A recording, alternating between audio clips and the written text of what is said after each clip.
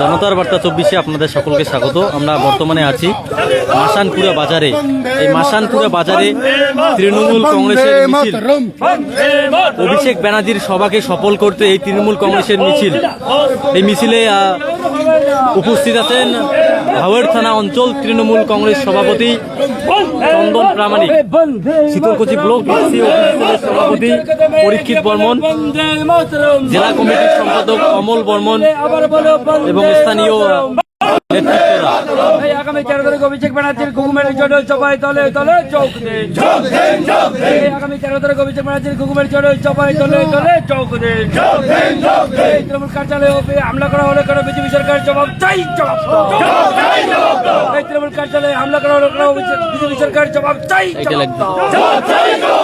জবাব তোমায় দিতে হবে, জবাব তোমায় দিতে হবে। নইলে মোড়া বিজেপির দালালদের ধোলাই হবে, পেটাই হবে।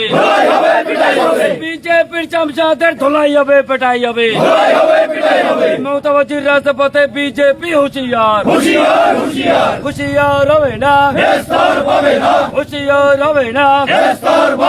BJP হটো, BJP হটো,